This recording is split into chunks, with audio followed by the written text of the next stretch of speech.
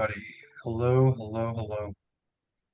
Feel free to turn on your cameras if you're comfortable doing so.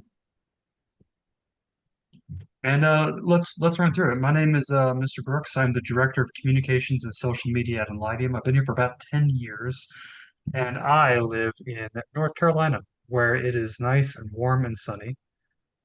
What about you, Mr. Borman? Well, I'm Mr. Borman, Mm. and I live in Spokane, Washington.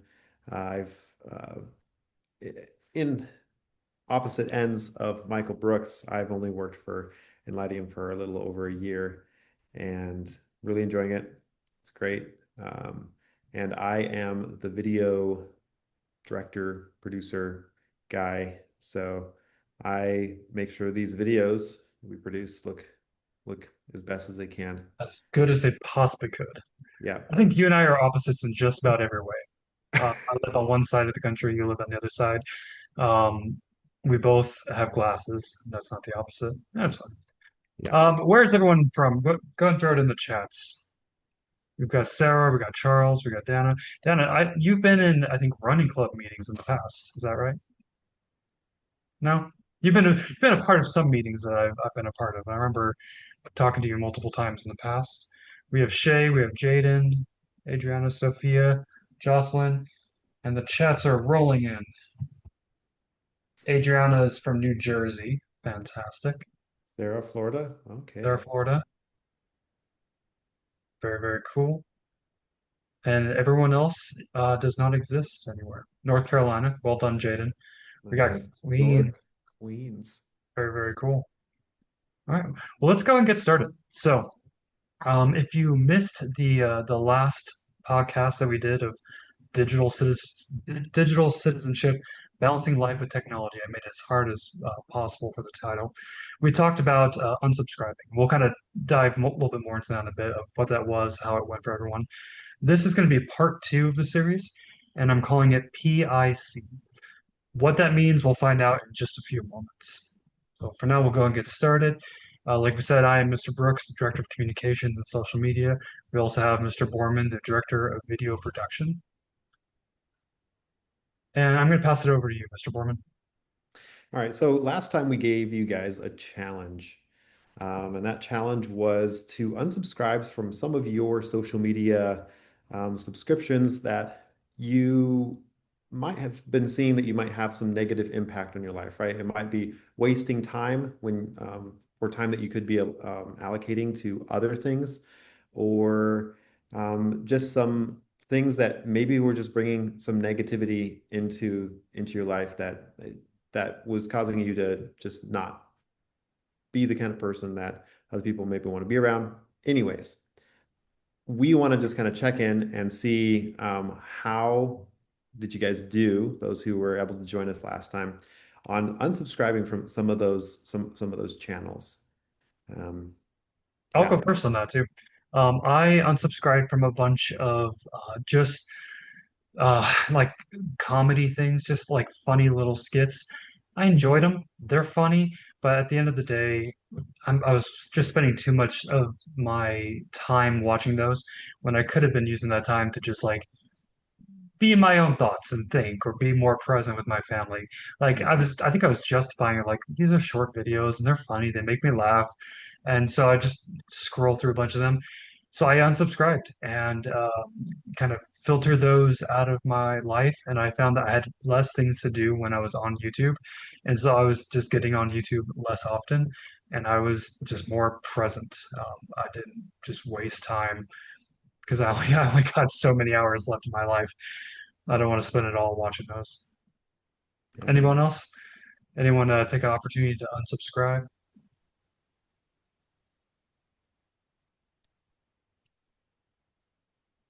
All right, so my challenge for you then is to go back and listen to that recording. You can find it on our YouTube channel. Our YouTube channel is very subscribable. Some of my favorite things about it. Listen to it and challenge yourself to go through your Instagram, YouTube, all your different platforms, and find the things that are not resulting in you being a better Christian, not resulting in you being a better brother or sister, uh, you know, uh, son or daughter, friend, anything like that. That doesn't mean that the only thing you can subscribe to is something like how to be a good Christian, but make sure that what you're taking in is going to be positively shaping who you are. All right. So we're gonna do some polls. So I put it in the chats earlier. Go ahead and grab a pen and paper if you don't have one available to you. We're gonna be taking some polls. I would love for you guys to take some notes, handwritten notes, preferably over phone notes. So go ahead and grab a pen and paper, and we're gonna start this poll. Mr. Okay, Borman here could we please go. launch that. Launch. Fantastic. All right. So, question one. How much time do you spend on your phone each week? You should have a pop-up on your screen right now. Each week, do you spend less than 1 hour on your phone, 1 to 3 hours on your phone, 4 to 5 hours on your phone, or you just don't want to talk about it? You know what? I don't want to talk about it. I don't want to talk about it. I don't want to think about what that is. I mean, 1 to 3 hours is pretty impressive. That's 20 to 30 minutes a day. Um, that's good. I don't want to talk about a couple of those. Yep. All right, so looks like we have a nice spread. A couple people are really keeping themselves accountable, and a couple people are probably being brutally honest with themselves, which is great. Yep. Now the next question. Where does your phone usually live with your home when you're at home? Is it in your pocket? Is it with you? Do you put it on the counter or the table, or does it just kind of depend on the day? Like Sunday, it's going to be one place. Monday through Friday, it's going to be another place. Saturday, who knows? It looks like we have a good spread for that as well, kind of a variety. Okay, perfect. Well, let's dive into this. The problem. We check our phone dozens and dozens of times every day. Everyone does this. It's not great. Teenagers do this, adults do this. Adults who have lived through several wars and are in their golden years are often constantly on their phone. It doesn't mean that we're all weak or anything like that. It just means that it is a legitimate challenge. It is very, very difficult to not constantly be on your phone when you have that opportunity. Notifications pull us out of real life conversations. I don't know about you, but I've had conversations where I'm talking to somebody and their phone goes bzz in their pocket and they are listening to me while I'm talking to them, but they're also looking at their phone. And that's a little bit of a gut punch sometimes. And I've probably been on the other side of that. I'm sure I've been talking to somebody, engaging in conversation, and then somehow prioritize figuring out what that buzz is in my pocket over staying in the conversation with them.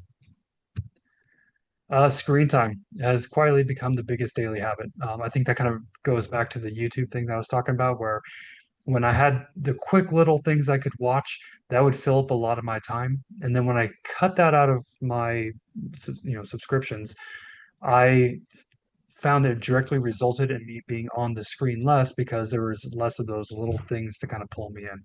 So the first thing to do is just identify it's a problem, and it's a problem for just about everybody. And like kind of like I talked about a minute ago, phones often take a priority over people.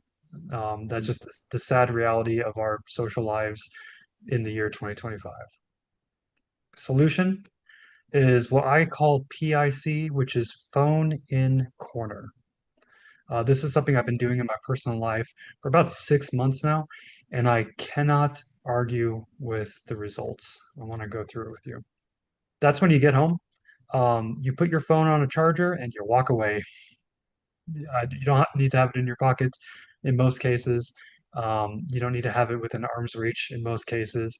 You can probably find that you can live your life relatively well with it in the earshot, but not readily available. So why does that work? When it's in your pocket, even if it doesn't go off, you're tempted to take that 30 seconds from the room you're in to where you're walking to the next room and just take out your phone to kind of distract your brain during that 30-second walk between rooms. But if it's not there with you, then you're going to be obviously unable to just pull out your phone and spend time looking at it. With that distraction gone, you can regain focus. You can provide attention for things that matter, like yourself, your family, things that interest you, hobbies, stuff like that. We talked last month about if I had extra time, what would I do? Would I write that book finally? Would I learn that new skill finally? It's the same kind of thing. If you're taking a bunch of little bits of your time and putting on the phone, cut that away. You can now use that time towards things that matter, like having a conversation with a parent or a sibling, or doing that extra chore to help out around the house, which will take a load off your mom's plate, things like that, or just rest. And this is pretty important. We're not saying get rid of your phone, like hide it away in a safe. It's still important that you have access to your phone if there's something that is urgent that comes up, but there's a good balance that you can find there. We'll talk about that too. All right. So the setup. This is my living room. I took this photo this morning. You can see there on the right, that is what I like to call my front door. And on the left, that is a charging station. It's not very advanced. It's pretty basic. My family, well, my wife and I are the only ones with phones in our family. We'll walk in and we'll plug in our phone. The phone on the left is my wife's. The phone in the middle is just a spare phone that we have that's connected to the Wi-Fi for like games or something like that. And that's it. We don't have a million devices. We don't need to charge a million devices. That is the extent of our charging station. And it's great. It's out of mind. It's kind of in the corner. And if we want to listen to like an audiobook or something, we can put on a little headphone and do dishes and listen to the audiobook, and we're not, glued to the phone. This is a very, very basic setup, and I recommend thinking about where this could look like in your living room. So you would choose one charging spot, like a table by the front door, and don't strong arm your family into committing to this, but maybe make it an opportunity for everyone to start being on their phones less, charging their phones when they get home. If that's something that maybe you feel like, yeah, I feel like I can do this, but my parents might not, be as willing to do something like this. Watch this video with them and talk about it and say like, what's a good middle ground that we can have where the phone's available, but it's not always in front of our faces. This is a very good starting point. And then this is another one. The loophole would be like, oh yeah, I'll put a charging station at the front door, but I'll also have a charging station by my bed. Kind of defeats the purpose. I would say if it's fine with everyone in the family, especially parents, remove chargers from various bedrooms and random rooms, and then just try to have one central charging location like this, where it's available, but it's also kind of out of your reach. It's not really like readily available at any given time. Okay, now this part's important, adjusting notifications, because you do want to have some audible notifications come through. If it, like my phone, when it vibrates, I can't really hear it when it's in that charging station, but I do hear the audible, ringtone or text message. So you can adjust the notifications in your phone so they do come through for important contacts like your parent. You want to make sure your parent can get a hold of you if they need to. Also, apps for things such as medical situations, things like that.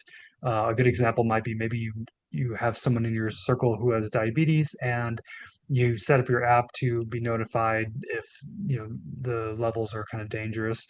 You want those to come through because you do need to be aware of those things and able to respond to those things. But you're also going to find that this is the not vast minority of things.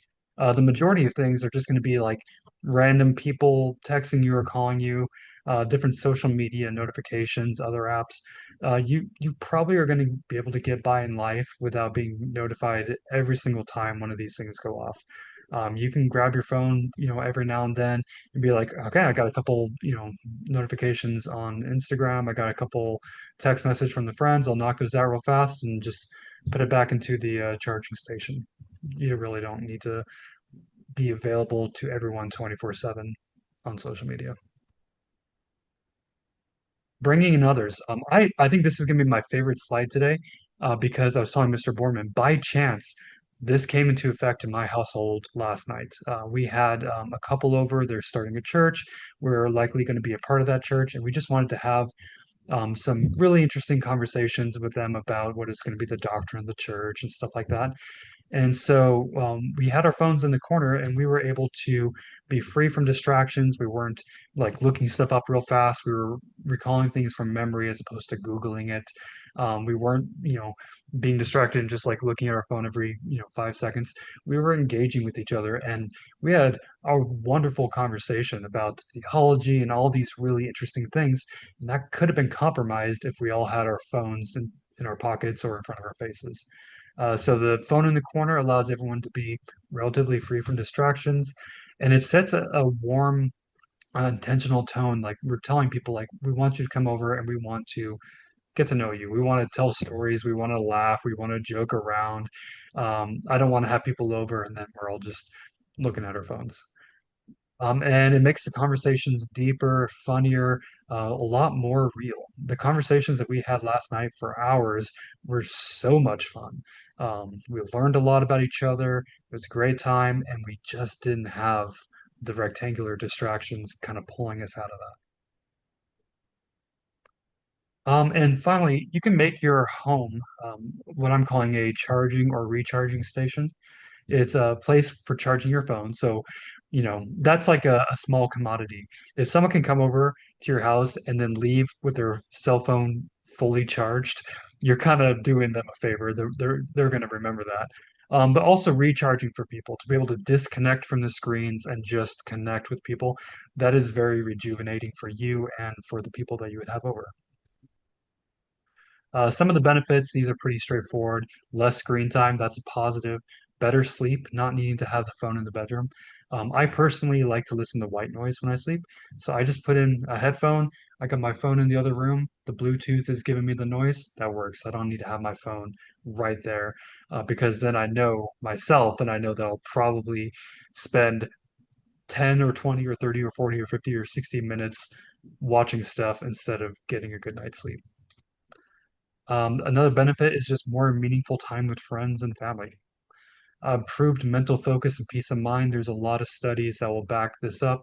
That a lot of time on social media, on screens, it does result in anxiety, depression, things like that. This is not diagnosis, but there is a correlation between people spending more time on their phone, not talking to people, and an increase in just a lot of stress, avoidable stress. And you're also creating a more intentional, warm, welcoming home environment for people. So the challenge for this month, because we are going to meet again in 1 month, is to try the phone in corner for 1 month. And with a pen and paper, keep a journal and kind of track what you notice. On day one, how often are you thinking about your phone or subconsciously reaching for your phone only to find that you don't have it because it's charging in the corner, or just kind of being like, all right, what's going on the socials today, what's going on, all that stuff, and then kind of track over time. And at the end of the month or after 31 days, see if you think about it less often, if you kind of instinctively reach in your pocket less often, if it just seems like less of a priority because you've been able to deprioritize it for 31 days. Track if you feel calmer, more productive. If you are experiencing any anxiety, um, do you feel less anxious the less you're on your phone? If you feel generally kind of tired, like during the day, if you are not with your phone all the time, you're probably going to be sleeping better. Is that resulting in, you feeling more restful and then able to go work out and do other things? Do you feel more productive? Are you able to get more things done around house, more school, more quickly, that sort of thing, when you don't have little bits of time being sapped into the screens? And do conversations feel different? Like I was saying with our friends that came over, just the level of depth and the amount that we enjoyed talking about history, theology, just a lot of fun topics. It was great. And I honestly feel that it probably would have been a lot less enjoyable for at least one person if phones were a variable in that conversation. And it's not about getting rid of your phone. It's not about saying phones are bad. I'm a firm believer that the phone is a tool, but it's not a tool that needs to be a part of your every waking moment. It's a tool for staying in contact with people. It's a tool for learning more things, but it really doesn't need to be a substantial part of your life to the point where you're unable to do other things because you're drawn into the phone.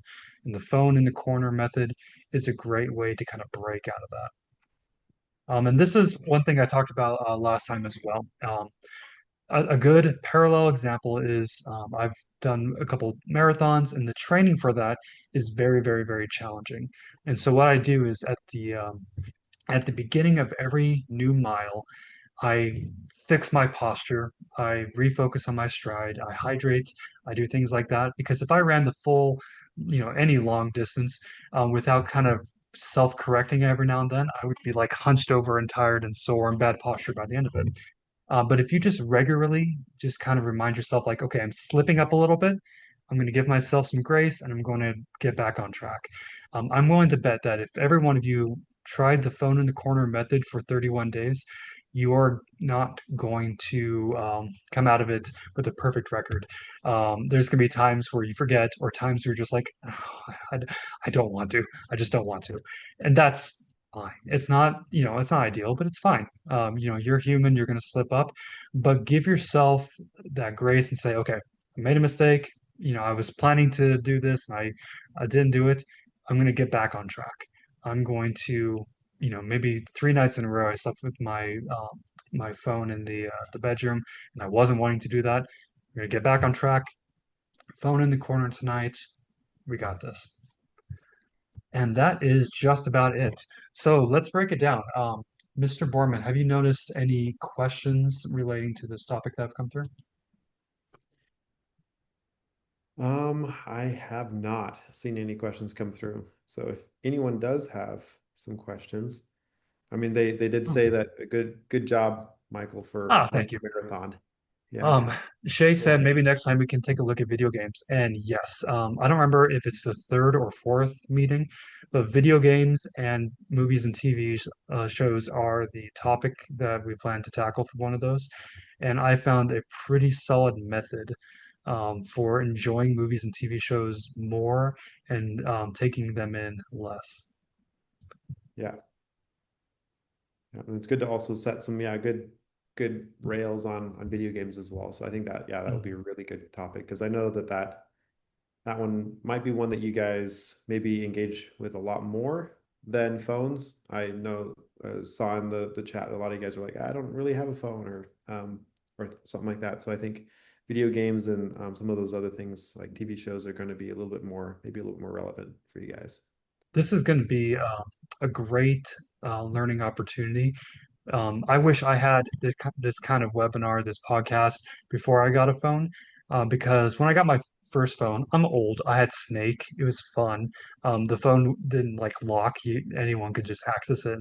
And I did take my friend's phone and I changed all the contacts in his phone to various Pokemon without any like rhyme or reason as to which contact was a Pokemon. So you could do stuff like that. But phones have evolved over the years, and now they are much more designed to be really addictive for a dozen different ways. So I wish that I had somebody to kind of help me navigate that before I became a phone person. So if you don't have a phone now, cool. Whenever your parent says, "Hey, it's time for you to get a phone," I encourage you to think about the conversation we're having so that you can set up some boundaries for yourself. Cool. And I see a bunch of other chats. Yeah, nothing relating to what it is we're talking about at all. So, um, well, here's one last question. Mr. Brooks, what kind of football team do you like and why? Um, I'm gonna disappoint everyone. I watch football usually about one night a year, and it's a game called the Super Bowl, and I just choose whichever team it has the color that I like better. Sometimes I vote for a referee, and I want the referee to win. That hasn't happened yet.